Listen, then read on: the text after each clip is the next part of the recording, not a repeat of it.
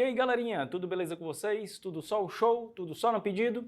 Gente, vamos aqui fazer um brevíssimo comentário a respeito dessa segunda fase do vestibular da UES, edição 2026.2, a provinha de Física, que de antemão a gente gostaria aqui de parabenizar a banca elaboradora, no caso da UES, uma prova muito bem distribuída. Basicamente, eles passearam por todos os temas da física. Talvez a gente possa pontuar que faltou alguma questão de estática, porém ela apareceu na primeira fase.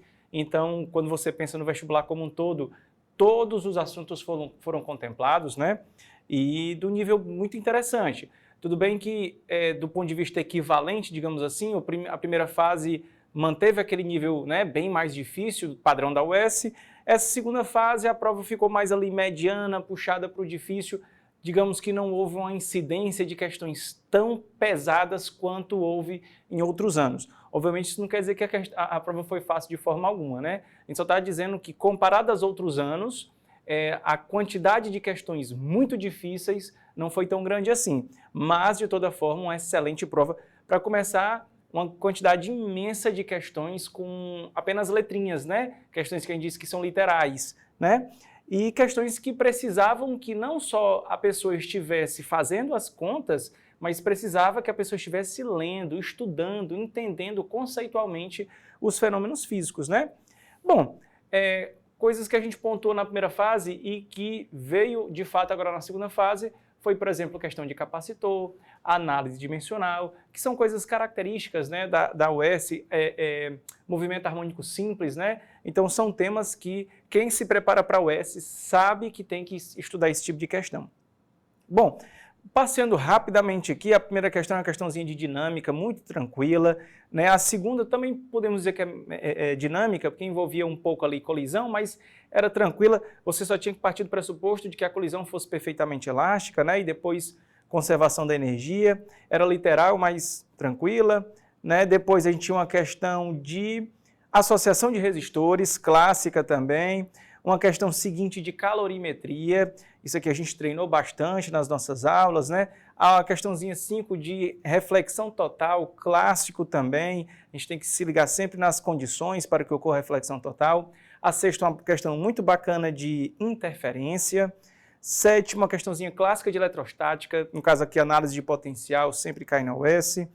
A oitava, uma questão bem tranquila de conversão de unidade. Essa aqui é uma questão até que, às vezes, a pessoa pode imaginar que ela tem alguma pegadinha, porque ela pode ser eventualmente mais difícil, mas é uma questão muito bacana. A 9 foi uma questão de... Tudo bem que isso é uma coisa, gente, a gente está analisando aqui o gabarito 1, então pode ser que a ordem seja diferente da que você fez, né?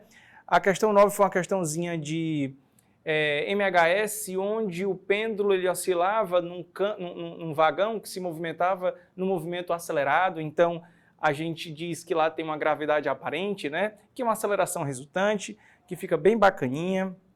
Depois uma questão de termodinâmica, uma questãozinha depois de ondulatória, que parecia uma questão como se fosse de gravitação.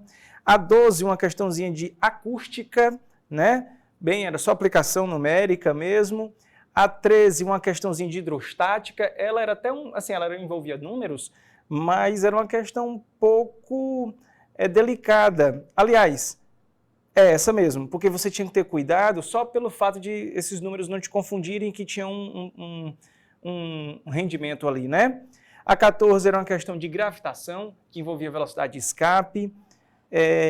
A 15 é uma questão muito bacana de efeito Doppler com tubos sonoros. Porém, nem precisava efetivamente nós utilizarmos alguma das aplicações dos tubos sonoros, né? Bastava a gente resolver de maneira direta, utilizando efeito Doppler, tá? A 16, que era uma questãozinha de capacitores, clássico da UES, né?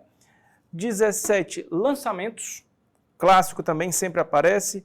A 18 foi uma questão de hidrostática, que tinha que ter cuidado, porque ele falava lá da pressão sobre o oceano, né? Ser um valor igual a uma pressão que uma coluna de um líquido exerce lá sobre o fundo dele, né? A 19 é uma questão super clássica de análise dimensional, né? Essa aqui já apareceram questões semelhantes a essa noutros vestibulares, mudando alguns números, né? E a 20 é uma questãozinha de indução eletromagnética, também tranquila, só literal, para você poder garantir a sua aprovação. Gente, no mais, a gente gostaria somente de desejar a todos um excelente resultado. A gente confia na preparação de todos vocês. Estivemos aqui durante todo esse processo e agora, com a graça de Deus e o seu esforço, é só comemorar, tá certo? Gente, muito obrigado. Até a próxima. Valeu. Tchau.